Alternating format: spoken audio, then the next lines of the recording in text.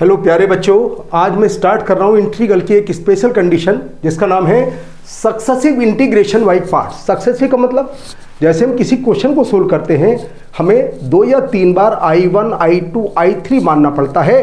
तो इस रूल के अंदर हमें I1, I2, I3 नहीं मानना, डायरेक्ट एक लाइन में भी इंटीग्रल कर सकते हैं, मगर रूल की भी कुछ क्वालिटी है। तो इन फंक्शन के अंदर जो ऐसे फंक्शन होते हैं, एक तो एल्जेब्रिक फंक्शन का होना जरूरी है, एल्जेब्रिक जिसका हम डिफरेंशियल करते करते जीरो हो जाए, एल्जेब्रिक फंक्शन। और दूसरा फंक्शन जिसका हम इंटीग्रल बार बार आराम से कर सकते हैं। देखिए बार बार इंटीग्रल, जैसे साइन का इंटीग्रल माइनस कॉस, कॉस का साइन, जैसे साइन या कॉस का फंक्शन होना चाहिए, या एक्सपोनेंशियल फंक्शन e की पावर x, a की पावर x हो, जिसका हम इंटीग्रल बार बार कर सकते हैं आराम से। ऐसे फंक्शन को हम यहां पर यूज करेंगे। तो यहां पर कंडीशन इस तरीके से है। सपोज कीजिए ये लिखा है, मेरा क्वेश्चन है x की पावर 4 e की पावर 3x, ये मेरे पास फंक्शन है जी। एक एल्जेब्रिक है और एक एक्सपोनेंशियल है। मैंने कहा ना इस मेथड के अंदर एक फंक्शन का एल्जेब्रिक होना जरूरी है, क्योंकि एक का हम डिफरेंशियल करेंगे और एक का करेंगे बार बार इंटीग्रल। डिफरेंशियल जिसका होते होते जीरो हो जाए ऐसे एल्जेब्रिक फंक्शन में ही पॉसिबल है, और जिसका इंटीग्रल बार बार कर सकते हैं, या तो वो साइन का फंक्शन होगा, या कॉस का, या एक्सपोनेंशियल फंक्शन। तो शुरू करते हैं। देखिए जी, इसका हम लगातार डिफरेंशियल कर सकते हैं, सक्सेसिव डिफरेंशिएट, और इसे करेंगे हम सक्सेसिव इंटीग्रेटेड। तो x की पावर 4 सक्सेसिव डिफरेंशिएट करेंगे और e की पावर 3x का सक्सेसिव इंटीग्रेशन करेंगे। कैसे? इसे फर्स्ट, इसे सेकंड। अब देखिए डायरेक्ट गेम क्या है। फर्स्ट ब्रैकेट में बंद कर लीजिए। आइलेट रूल के अंदर भी x की पावर 4 को फर्स्ट मानते हैं। इंटीग्रल ऑफ सेकंड e की पावर 3x/3 ब्रैकेट बंद, ऑल्टरनेट साइन माइनस। अब इसको फर्स्ट का पहले ब्रैकेट का डिफरेंशियल 4x3, सेकंड का इंटीग्रल e की पावर 3x/9,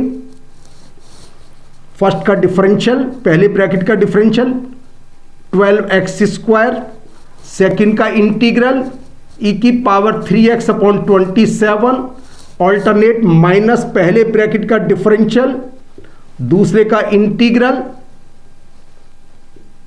और लास्ट में प्लस पहले का डिफरेंशियल और दूसरे का इंटीग्रल,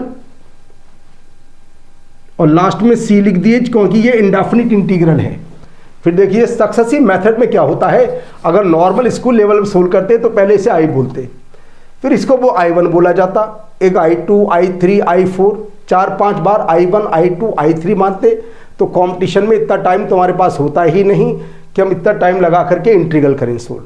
तो कंडीशन इस वाले मेथड से हम इंटीग्रल को केवल मात्र एक लाइन में कर सकते हैं, मगर ध्यान रहे उसके अंदर एक फंक्शन का एल्जेब्रिक होना जरूरी है, और दूसरा फंक्शन ऐसा हो जिसका हम बार बार इंटीग्रल आराम से कर सकते हैं। मैं ऐसे नहीं कहता साइन कॉस कुछ भी फंक्शन हो जिसका हम बार बार इंटीग्रल आराम से कर सकते हैं, दूसरा फंक्शन ऐसा हो। अभी एग्जांपल लेंगे। अब कंडीशन देख लीजिए। फर्स्ट सेकंड ब्रैकेट का integral minus alternate sign minus first bracket का डिफरेंशियल इनटू सेकंड ब्रैकेट का इंटीग्रल, फिर फर्स्ट का डिफरेंशियल, सेकंड ब्रैकेट का इंटीग्रल 3 से डिवाइड, माइनस फर्स्ट का डिफरेंशियल, सेकंड का इंटीग्रल प्लस फर्स्ट का डिफरेंशियल से। बस रुक जाइए, क्यों? आगे जाके 24 का डिफरेंशियल 0 हो जाएगा। तो ये कंडीशन बनी सक्सेसिव का पहला पार्ट। सक्सेसिव इंटीग्रल कंडीशन क्या होती है? एक एल्जेब्रिक, एक एक्सपोनेंशियल, या एक एल्जेब्रिक, एक ट्रिग्नोमेट्रिक। इसी कंडीशन को अगर मैं ऐसे कहूं जी बात और भी जल्दी से देखने के लिए, मान लीजिए कंडीशन कुछ इस तरीके से ले लेते हैं। देखिए इस कंडीशन को क्लियर करने के लिए हम 3 एग्जाम्पल और ले रहे हैं। एक एग्जाम्पल लिया था मैं पहले, अब ये सेकेंड एग्जाम्पल में एल्जेब्रिक है और ट्रिग्नोमेट्री है।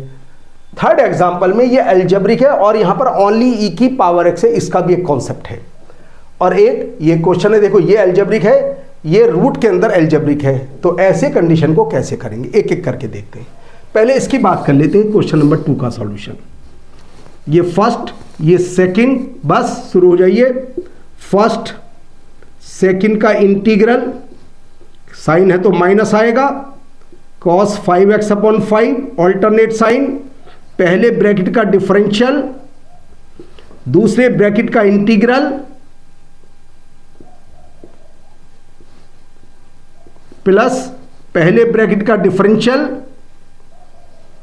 इंटू दूसरे का इंटीग्रल और लास्ट में पहले का डिफरेंशियल और दूसरे का इंटीग्रल, रुकना नहीं है, और लास्ट में सी। कैलकुलेशन कर लीजिए, आंसर आ चुका। कुछ नहीं करते, क्या करते हैं, एक फंक्शन का एल्जेब्रिक होना जरूरी है, एक ट्रिग्नोमेट्री में क्या है, साइन। तो फर्स्ट सेकंड का इंटीग्रल, ऑल्टरनेट साइन, ब्रैकेट में बंद करना दोनों को, बार बार सुन लीजिए बात। पहले ब्रैकेट का डिफरेंशियल इंटू दूसरे ब्रैकेट का इंटीग्रल प्लस पहले ब्रैकेट का डिफरेंशियल 6x, सेकंड का इंटीग्रल ये लीजिए, माइनस पहले का डिफरेंशियल और सेकंड का इंटीग्रल। ये हो जाता है सक्सेसिव मेथड से इंटीग्रल करने की टेक्निक। अब जैसे क्वेश्चन नंबर 3 की बात करता हूं इसके बाद में, और लास्ट में सी, क्योंकि 6 का डिफरेंशियल 0 हो जाएगा। क्या है जी क्वेश्चन नंबर 3?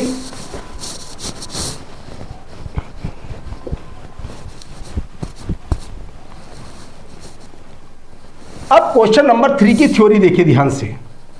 क्वेश्चन नंबर 3 में क्या है, एक तो एल्जेब्रिक है और एक्सपोनेंशियल तो है, मगर वहां पर e की पावर ओनली x है। इससे पहले क्वेश्चन में e की पावर x नहीं था, e की पावर 3, 4, 5 कुछ भी हो सकता है, यहां पर ओनली। अगर किसी क्वेश्चन में आगे जाकर मैक्सिमम मिनिमम वाले चैप्टर आएगा या इंक्रीजिंग डिक्रीजिंग वाला फंक्शन आएगा, तो कंडीशन क्या, ऐसे क्वेश्चन में बस तुम्हें e की पावर x लिखना है और एक बड़ा सा ब्रैकेट लगा दीजिए। इससे मेरा कोई मतलब नहीं, e की पावर x का चाहे 1000 बार इंटीग्रल कर लीजिए, e की पावर x ही रहेगा, इसके कोफिशिएंट में कुछ भी नहीं है। इसके बाद जो लिखा है इस सब को लिख दीजिए, x³ minus 4x² plus 5x minus 2, बस इसी का डिफरेंशियल, उससे कोई मतलब नहीं, इसी का differential. 3x² minus 8x plus 5, alternate sign plus इसी का डिफरेंशियल, और लास्ट में माइनस 6, क्योंकि इसका डिफरेंशियल 6 है। ये लीजिए प्लस सी लगा दीजिए, ये तुम्हारा आंसर आ जाता है। देखिए अगर e की पावर x है ओनली, बहुत से क्वेश्चन में तुम्हें e की पावर x मिलेगा अकेला, तो क्या बस ये total function, alternate sign minus इस ब्रैकेट का डिफरेंशियल प्लस इसी ब्रैकेट का डिफरेंशियल माइनस इसी ब्रैकेट का डिफरेंशियल। आंसर चाहो तो सिंप्लीफाई कर लीजिए इसे, e की power x x³ minus 7x² plus 19x minus कितना आएगा जी, -7 और माइनस 21, ये लीजिए प्लस सी। ये तुम्हारे क्वेश्चन का आंसर आ जाता है। ऐसे क्वेश्चन मिनटों सेकंडों में हम सोल्व कर सकते हैं, बहुत ज़्यादा कंडीशन का यूज होता है। लेंथी क्वेश्चन के अंदर अगर ऐसा कॉन्सेप्ट यूज कर लें तो हमारा पेपर जल्दी जल्दी सोल्व हो जाता है। अब मैं बात करूंगा इसका लास्ट क्वेश्चन नंबर 4। इसकी क्वालिटी क्या है जी, इस क्वेश्चन की क्वालिटी है जी, ये तो एल्जेब्रिक फंक्शन है और रूट के अंदर एल्जेब्रिक है, मतलब दूसरे वाले का हम इंटीग्रल बार बार कर सकते हैं। कैसी कंडीशन होगी देखते हैं लास्ट क्वेश्चन को।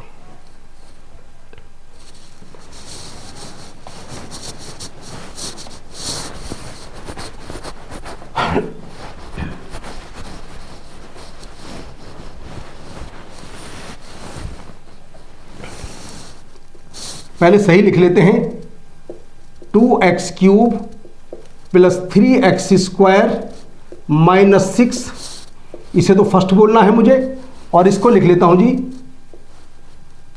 2x प्लस 3 की होल पावर 1/2 dx, इसको ऐसे लिख लेता हूं। अब मैं सक्सेसिव अप्लाई करने जा रहा हूं, जरा ध्यान से देख लीजिए। क्यों, ये तो लीनियर फंक्शन है रूट के अंदर, इसका तो इंटीग्रल मैं बार बार कर सकता हूं, बट डिवाइड करना होगा तो मैं बार बार 2 से।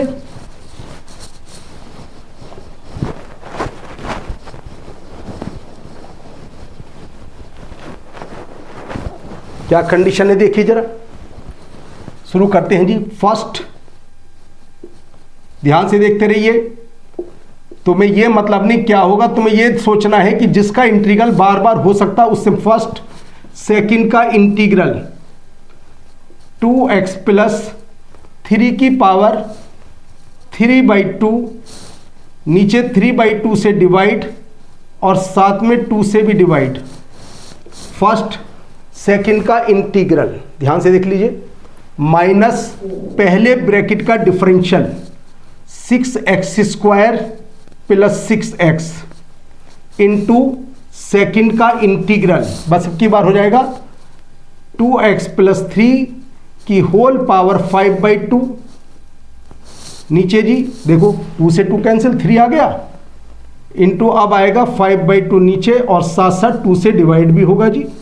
लीजिए फर्स्ट सेकंड ब्रैकेट का इंटीग्रल माइनस पहले ब्रैकेट का differential 6x² plus 6x into second का इंटीग्रल 2 से 2 कैंसिल, 3 बचेगा, 3 मैंने यहां लिखा, होल पावर 5/2 नीचे 5/2 साथ में 2 आएगा और ये भी 2 कैंसिल हो जाएगा आगे जाकर के। प्लस हाँ जी पहले ब्रैकेट का डिफरेंशियल ये आता है 12x प्लस 6 इंटू सेकेंड का इंटीग्रल कुछ नहीं 2x प्लस 3 की पावर अब की बार आएगा 7/2। हाँ जी 5 तो पहले ही बचा था इस ब्रैकेट के अंदर, नहीं 3 इंटू 5 बचा था और आएगा 7/2 और साथ में 2 भी आएगा जी। लास्ट माइनस 12x का 12, अब इसका इंटीग्रल लास्ट और करना है जी। देखिए 2 से फिर 2 कैंसिल हो जाता है जी, आराम से देख लीजिए। आता है जी 2x प्लस 3 की पावर 9/2 और नीचे जी 3 इंटू 5 इंटू 7 इंटू 9/2 और साथ में x के कोफिशिएंट 2 से डिवाइड, बस C और लगा दीजिए, ये मेरे क्वेश्चन का आंसर आ जाता है। तो मैंने टिपिकल क्वेश्चन, एक लेंथी क्वेश्चन लिया कि लेंथी क्वेश्चन ऐसे कैसे नहीं हो सकता। अगर नॉर्मल कोई इससे नहीं करना चाहे तो मैथ की थ्योरी से कर सकता है। 2x प्लस 3 को t² मान लेना, फिर x की वैल्यू जरा यहाँ पुट करना, कितना मुश्किल होगा अपने आप में। पहले x की वैल्यू t के टर्म में पुट करेंगे और फिर बाद में क्या होगा, जब आंसर निकालेंगे t को लौटाएंगे x की फॉर्म, जब हमारा आंसर x की फॉर्म में आएगा। डेफिनेट के अंदर तो लिमिट होती है, यहाँ पर लिमिट नहीं होती है। तो बस थ्योरी में कुछ भी हो, जिस एक तो एल्जेब्रिक फंक्शन का होना जरूरी है और दूसरा फंक्शन ऐसा जिसका हम बार बार इंटीग्रल कर सकते हैं, तो इसकी हेल्प से मुश्किल क्वेश्चन एक लाइन में गायब हो सकते हैं। बस तुम्हें सोचना है क्या एक फंक्शन एल्जेब्रिक है, उसके बाद सोल्व करिए। तो ये लेक्चर होता है, नेक्स्ट क्लास में कुछ अलग लेकर चलते हैं। Thank you for watching this video.